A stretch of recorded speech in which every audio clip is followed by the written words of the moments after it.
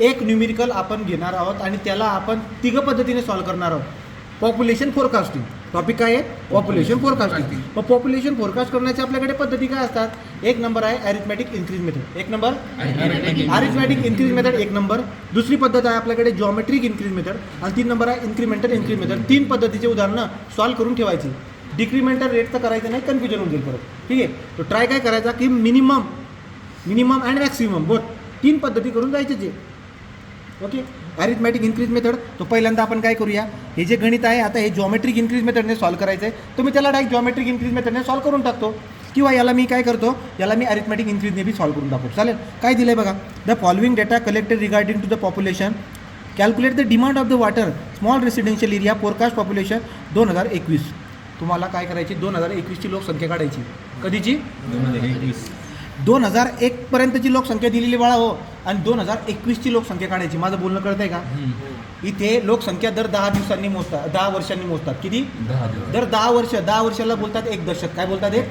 तो 10 वर्षाच्या गॅपला एक दशक बोलतात किंवा इंग्रजीमध्ये डिकेड बोलतात. इंग्रजीमध्ये काय बोलतात?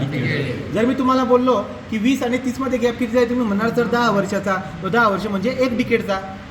कळलं का? याचा अर्थ n = इयर. n = मग आता हे बघा, मला इयर दिलेले आहेत आणि मला इथं पॉप्युलेशन दिलेले आहेत. तो इयर कसं आहे 61, 71, 81, 91, 2001 हे इयर दिलेले आहेत आणि त्यांची पॉप्युलेशन मला दिलेली आहे. मला यूज करायची जॉमेट्रिक इन्क्रीज मेथड. तो पहिली पद्धत कुठली शिकणार आपण डायरेक्ट?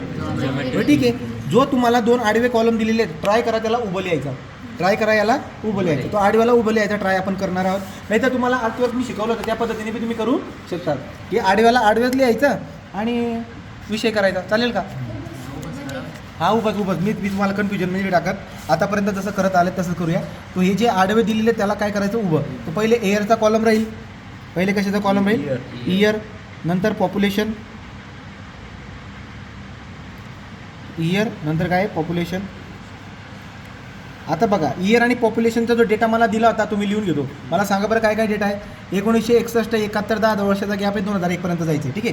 तो 1961, 1971, 1981, 1991, 2001 या पद्धतीने मला सण दिलेले. लोकसंख्या बघा 4320. काय काय दिले बघा, सांगा मला. 4320. पुढचे 5200. ठीक आहे. ते 5200 सांगा तुम्ही. 7100. पुढे 7120. पुढे बोला 8000. पुढे बोला 9150. या पद्धतीने डाटा घेतला. पुढचा कॉलम जो राहणार आहे आपला तो राहणार आहे इन्क्रीज इन पॉप्युलेशन. कशाचा? तो इन्क्रीज इन पॉप्युलेशनचा कॉलम ठेवतो आपण. इन्क्रीज इन पॉप्युलेशन म्हणून असं कॉलम घ्यायचा. सर हे कसं सोडवतं सांगता का जरा? सांगतो बाळांनो. हे कसं करायचं? पुढचा मायनस मागचा. कसं करायचं? पुढचा मायनस. तर तुम्हाला काय करायचं? पुढचा मायनस मागचा करत जायचे. बघा हे 2ची गॅप आहे ना, यांचा डिफरन्स घ्यायचा आहे. तो डिफरन्स कसा घ्यायचा? पुढचा मायनस मागे. बघा हे 2 जोड्या यांचा बनणार 1, हे 2 जोड्या यांचा बनणार 1. तुम्हाला तर बघा 2 जोड्यापासून 1 बनणार. Okay right. मग आता पुढचा मायनस मागचा करा बाळांनो. 5200 मधून 4320 गेले. अरे 5200 मधून 4320 गेले. 880. तो 880 दिली यायला काय रोग येतोय? पुढे 7120 मधून 5200 गेले. अरे पुढचा मायनस मागचा करा ना. किती आलं? तो सांगा. 1920. पुढे बघा 8000 मधून 7120 गेले. किती आहे? 880. पटपट सांगा. पुढे जर बघायला पुढची जोडी 9150 मधून 8000 गेले. 1150. तो सरळ दिसतंय आपल्याला इन्क्रीज इन पॉप्युलेशन आला. ओके आहे का? आता तुम्हाला जॉमेट्रिक इन्क्रीज मेथडमध्ये काय करावं लागतं बाळांनो? पर्सेंटेज काढावं लागतं. काय काढावं लागतं? Percentage increase in population. आणि त्यासाठी तुम्हाला कॅल्क्युलेटरमध्ये प्रोग्राम टाकावा लागेल. तिथे काय लिहिणार मी? Percentage increase in population. तर पर्सेंटेज इन्क्रीज इन पॉप्युलेशन कसं काढतात सर सांगता का कसं काढतात? हे बघा बाळा, काय करावं लागतं? हे जो इन्क्रीज इन पॉप्युलेशन आहे ते डिवाइड बाय मागचा करायचा. अरे हे डिवाइड बाय मागचा कोण आहे? 4320. कॅल्क्युलेटर दाखवा बरं माझ्याकडे कॅल्क्युलेटर दाखवा बरं. हे बघा, तो आता तुमच्या लक्षामध्ये येईल. ऑन केला, डब्बा बाय डब्बा टाकला. हा जो इन्क्रीज इन पॉप्युलेशन आहे 880, तो 880 टाकता येतो ना आपल्याला. 880 हे काय 880 टाकला. ओके. पण मागचा काय बाळांनो? या दोघांचा मागचा कोण आहे? 4320. तो 4320 एक करण्यापेक्षा प्रोग्राम टाकला असतं तर बेस्ट झालं असतं. पण ठीक आहे. 4320 आणि याचा करायचं बाळांनो इंटू 100. इंटू काय करायचं? इंटू 100. असं जर तुम्ही केलं तर तुम्हाला भेटेल पर्सेंटेज इन्क्रीज इन पॉप्युलेशन. किती आली ती 20.37%. तिथं पर्सेंटेज इन्क्रीज इन पॉप्युलेशन बोलायचं आणि बाळा हो इथे सरळ लाईन मारायची या पद्धतीने. हे बघा इथे किती आलं आहे, तो टक्केवारी कशी काढतात 20.37%. इथे लिहिणार बाळा 20.37%. हे पुढचं कसं काढणार आहे, हे पुढचं कसं करणार तुम्ही. हे बघा 1920 डिवाइड बाय 5200 तो कसं करणार. हे बघा 1920 डिवाइड बाय 5200 मग करा ना 5200 5200. 1920 डिवाइड बाय 5200 पण इंटू 100 करावं लागेल बाळा हो. तो इंटू 100 झालं का. किती आन्सर आलं मग तुम्हाला कळतंय का काय चाललं इथं. 36.92 बाळांनो 36.92. तो लिहून टाका इथं लिहिलं 36.92%. असंच पुढे काय करणार 880 डिवाइड बाय 7120 इंटू 100 करणार. किती येईल 12.36%. ओके. पुढे 1150 डिवाइड बाय 8000 इंटू 100 किती येणार 14.38.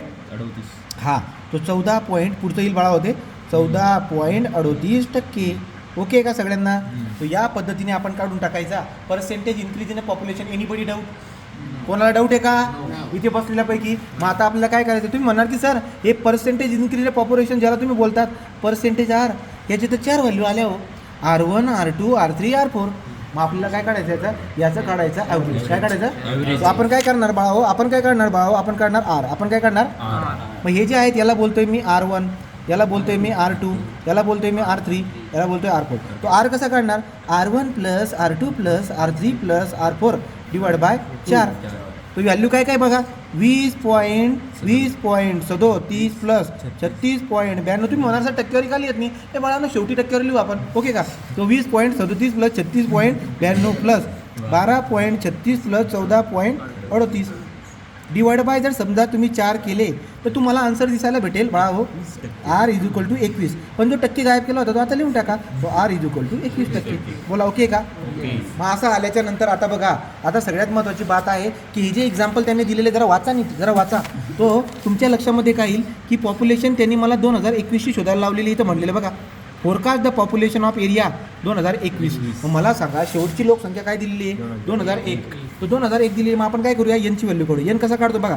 एन म्हणजे नंबर ऑफ डिकेड. एन म्हणजे नंबर ऑफ सर हे नंबर ऑफ डिकेड कसं काढता हे बघा बाळा. तो 2001 आहे ना, तुम्हाला 2021 काढायला लावलं. मग आपण काय करायचं 2021 मायनस 2001 डिवाइड बाय काय करायचं बाळा हो 10. याच्यावरून तुम्हाला नंबर ऑफ डिकेड भेटतील. म्हणजे 10,000 वर्ष किती झाले बाबा हे कळतंय का बाळा. ठीक आहे 21 मधून 1 गेला 20/2 म्हणजे किती येईल 2. याला कॅल्क्युलेटरमध्ये टाकता येतं आपल्याला. तो नंबर किती येईल 2 येईल ना बाळा. मग 2 आला तर मग आता वापरा फॉर्म्युला आपल्याकडे काय तो फॉर्म्युला असतो PN. काय असतो फॉर्म्युला PN = P0 ब्रॅकेटमध्ये 1 plus % R raise to power N. बस. मग बघा बाळांनो P0चा अर्थ काय होतो, तो P0चा अर्थ होतो की लास्टवाली पॉप्युलेशन. मग लास्टवाली पॉप्युलेशन काय दिलेली आहे आपला तक्ता आहे ना. लास्टवाली 2001ची पॉप्युलेशन आहे 9150. मग टाका इथे लिहा पॉप्युलेशन 2021ची काढायला लावलेली आहे. पॉप्युलेशन शेवटची म्हणजे पॉप्युलेशन 2001ची 1 plus % R raise to power 2. आता टाका बाबा व्हॅल्यू. आता काय टाकणार पॉप्युलेशन 2021ची काढायची आहे. 2001ची किती आहे 9150 प्लस 1 प्लस हा % R म्हणजे आता शोधला ना सर हा किती आहे 21%. तो 21% आणि यांची व्हॅल्यू किती बाळा 2. तो याला जेव्हा तुम्ही सोडवणार तर तुमचा आन्सर येऊन जाणार ना. आणि आन्सर जे येणार त्याचं युनिट आपण देणार. तो 9150 ओके इंटू ब्रॅकेटमध्ये गेलो इकडून तिकडून ब्रॅकेटमध्ये शिरलो. मध्ये काय बाळांनो 1 प्लस 21% कसे टाकतात शिफ्ट %. हे बघा शिफ्ट %. आणि डोक्यावरती किती द्यायचं तुम्हाला डोक्यावर द्यायचं आहे स्क्वेअर. इथं करा इक्वेल. उत्तर येतं आहे 13,396.515. तो आपल्याकडे पेन होता ठीक आहे. तो काय आहे पॉप्युलेशन 2021 ते 13,000 किती आलं 13,396. तो 13,396.515 515. यार या पूर्ण व्हिडिओ कट केला भाऊ.